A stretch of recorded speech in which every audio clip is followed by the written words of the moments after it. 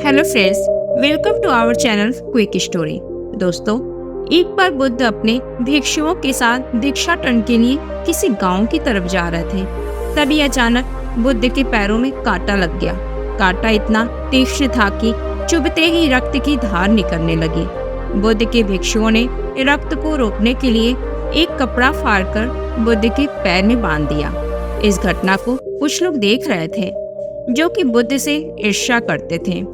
उन्होंने बुद्ध से कहा कि हम तो तुम्हें परम ज्ञानी समझते थे, लेकिन दर्द को तुम सहन भी नहीं कर सकते हो। तुम पाखंडी हो और ये हमने सिद्ध कर दिया है। ये कांटे हमने ही बिछाए हैं। इस गांव में तुम्हारा स्वागत नहीं, तिरस्कार होगा। इस गांव में तुमको कोई भिक्षा नहीं देगा। बुद्ध ने उन लोगों से अनुरोध किया कि कृपया करके मुझे इस गांव से भिक्षा लेने दो।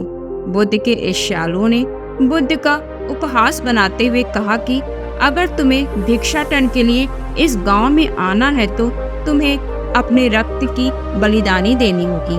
तुमको इस कांटों के रास्ते से ही गुजरना होगा। भगवान बुद्ध ने उन सब की चुनौती को स्वीकार कर लिया और कांटों के रास्ते पर चलने के लिए अपने कदम बढ़ाने लगे। बुद्ध मुस्कुराते हुए कांटों पर चलने लगे। बुद्ध के इस साहस को देखकर गांव वाले चकित रह गए। कुछ लोगों की तो आंखें फटी की फटी रह गईं। गांव वाले सोचने लगे कि बुद्ध भिक्षा के लिए दूसरे गांव भी जा सकते थे, तो फिर कांटों पर चलकर क्या साबित करना चाहते हैं। गांव वाले बुद्ध के संदेश को इतनी जल्दी नहीं समझ सकते थे। यहाँ पर बात भिक्षा की नहीं बल्कि जीवन को बदलने की थी।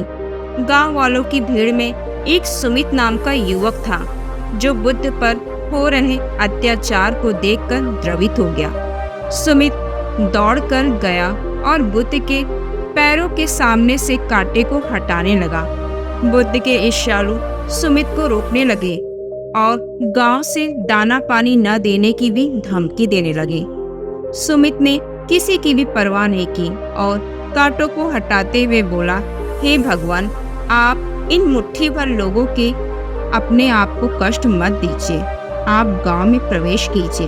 बहुत सारे लोग आपको भिक्षा देने के लिए आतुर हैं। बुद्ध ने सुमित को अपने पास बुलाया और आशीर्वाद देने लगे। सुमित पीछे हट गया, बोला, हे भगवान, आप मुझे छूकर अपने आप को अपवित्र और दूषित बिल्कुल भी ना करें। तो बुद्ध ने कहा, तुम अपने आप को दूषित क्यों कहते हो? इस स्पर्श से कभी कोई भी दूषित होता है क्या? मनुष्य तो लोभ, लालच, घृणा, ईर्ष्या से दुखित होता है। तुम्हारे अंदर तो प्रेम भरा है। तुम दूसरों का सुख चाहते हो। तुम तो पवित्र हो। बुद्ध के बोल सुनकर कुछ लोग बोले, तुम तो अपने आप को बड़े ज्ञानी कहते हो। तुमको जाति का कोई ज्ञान ही नहीं है। तुम पाखंडी हो।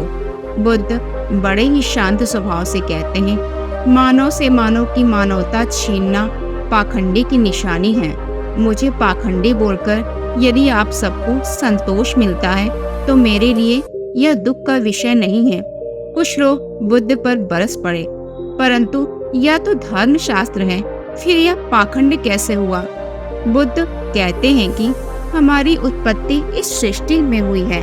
नदियों का पानी सभी के लिए समान रूप से उसकी प्यास बुझाता है। खुले जंगलों की हवा भी भेदभाव नहीं करती।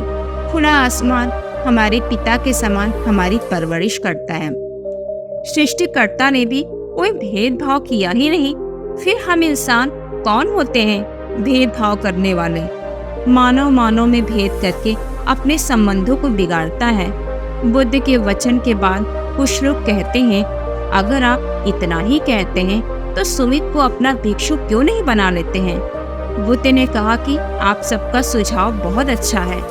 अगर सुमित तुम चाहते हो तो तुम मेरा भिक्षु बन सकते हो। बुद्ध के आमंत्रण पर सुमित पहला नीच जाति का बौद्ध भिक्षु बनता है। इस पूरे विवरण में केवल सुमित का ही जीवन बदला, शेष सभी लोगों का जीवन केवल रूपांतरित हुआ। तो दोस्तों, कोई जाति से नीच नहीं होता, अपने विचारों, लोभ, ईर्ष्या से नीच बनता है। हमें हमारे कर्म ही महान बनाते हैं, न कि हमारी जाति। सुमित भले ही नीच जाति का हो, लेकिन उसके अंदर प्रेम था, मोह, माया नहीं था।